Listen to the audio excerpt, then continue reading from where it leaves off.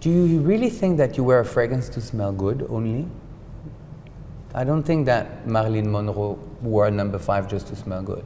Right. It's just because when you wear a fragrance, there's a full world of possibilities.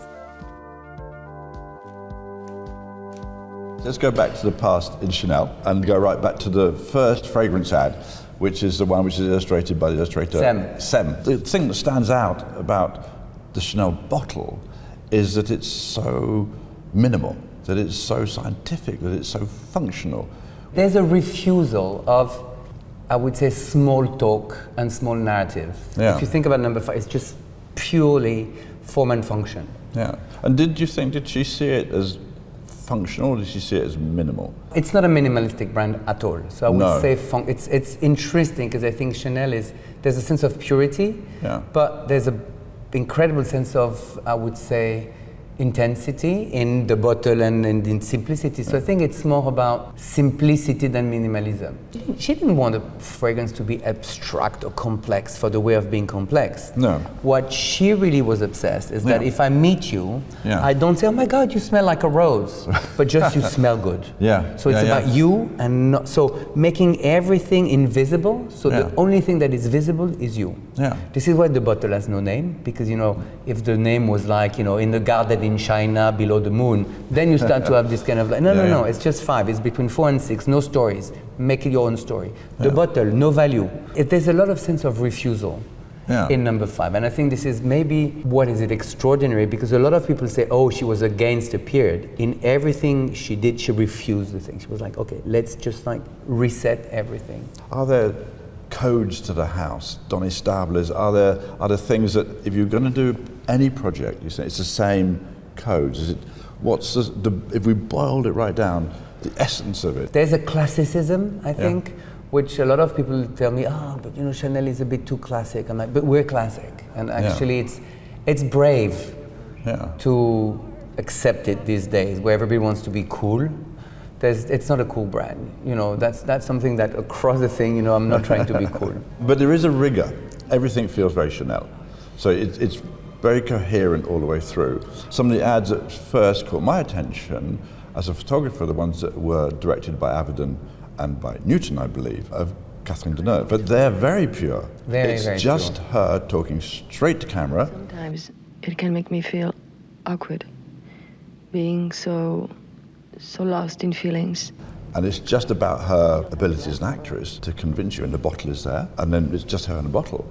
And that's a very pure form of advertising. Jacques Elordi at that time really wanted Catherine Deneuve. It's about, I am Catherine Deneuve, but I'm talking to you as a woman, not as a star. I think it's also something that tells a lot about how do we see luxury, which is about the experience you have of things. And at the end of the day, it's not about the thing, that defines a luxury product. Does it relate to you? Does it click to your desire? How does it create inside you as an emotion, as a movement? And I think that taking away everything and having just her, in the camera talking about that, I think is really interesting, because I think it really defines also part of our vision of luxury. It's interesting to link what we did with the social element of the period, but also the economical development of luxury.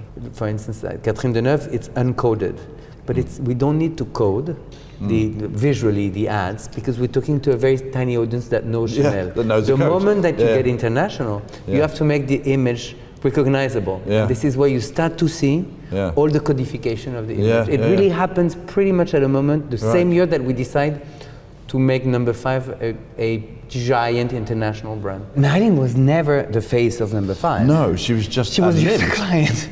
She was just like a simple client. I mean, the simple client. And that's what makes that part extraordinary, because it was uncommissioned.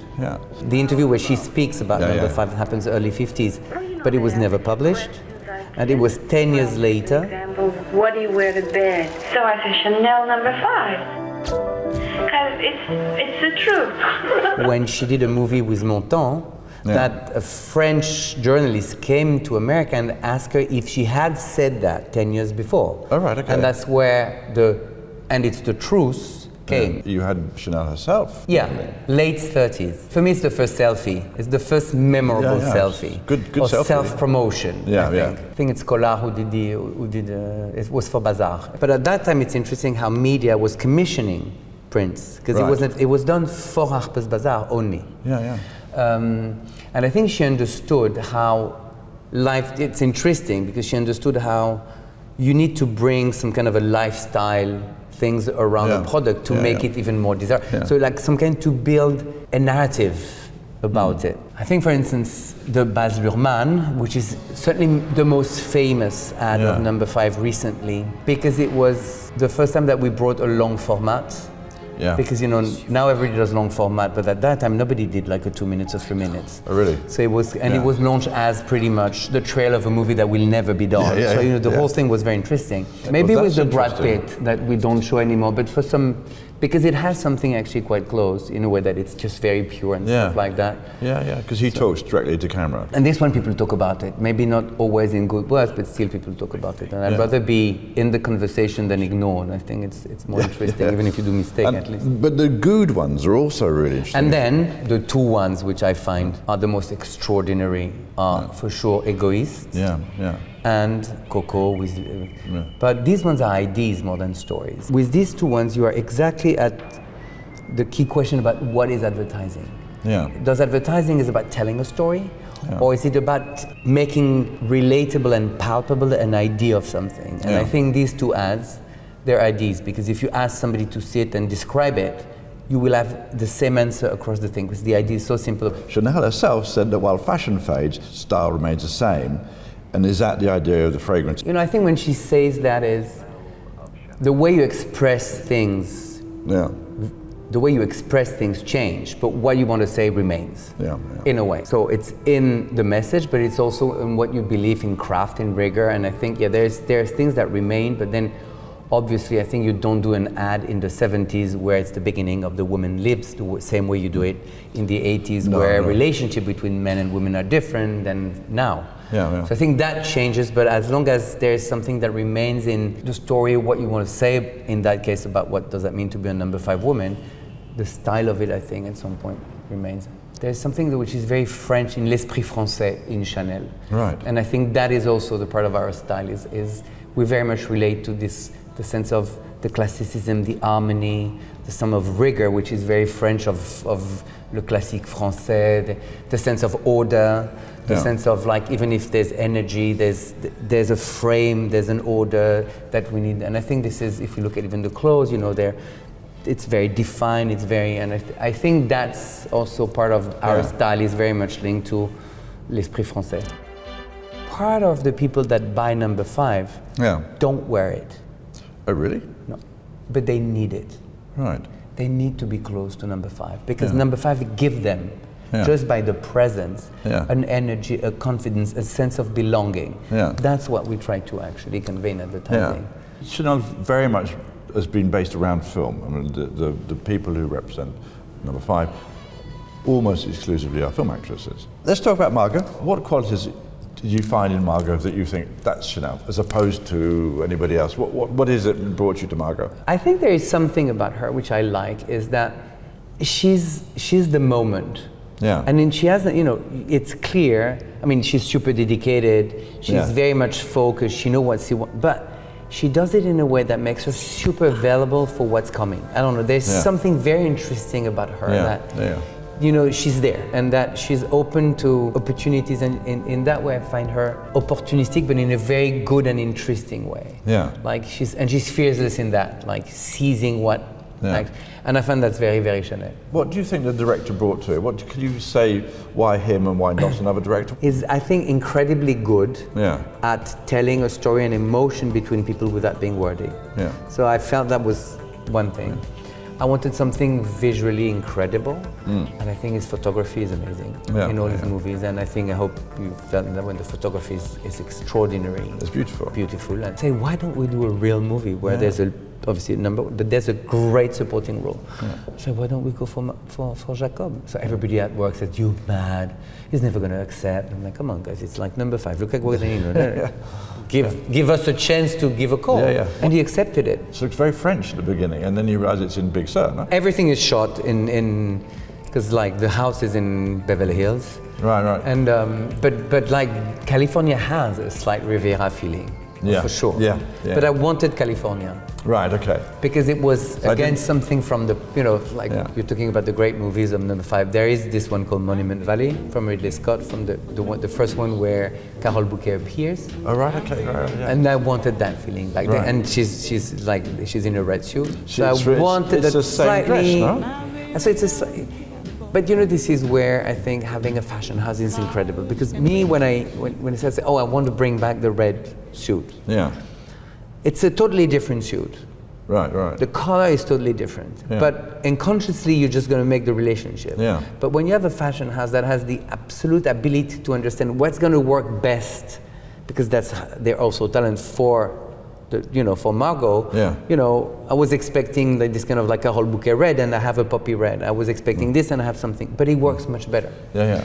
But that's bringing back. So there's a lot of things that is brought back from that period. Yeah. The car, and California, who's, I guess it's a land of all opportunity, the space. So the vastitude of what the world can offer you. I believe that complexity is needed. I think everything is too in the frame. Yeah. There's nothing off frame. No, you have to make people think. And because we're, at some point, a lot of people, but it's a bit complicated. I'm like, but our audience has a brain. Can we just respect the people that are going to watch and think that they can think? Yeah. And so, I like that little complexity. I think that's the most important thing. In my opinion, you have 3 things in advertising or in communication, visual communication. You have to get people's attention. You have to look. They have to start to try and understand the story, but then they have to finish it. Of course. At the end of the day, it's kind of enigmatic because even the punchline number 5 is the answer. But to what? But it's up to you guys.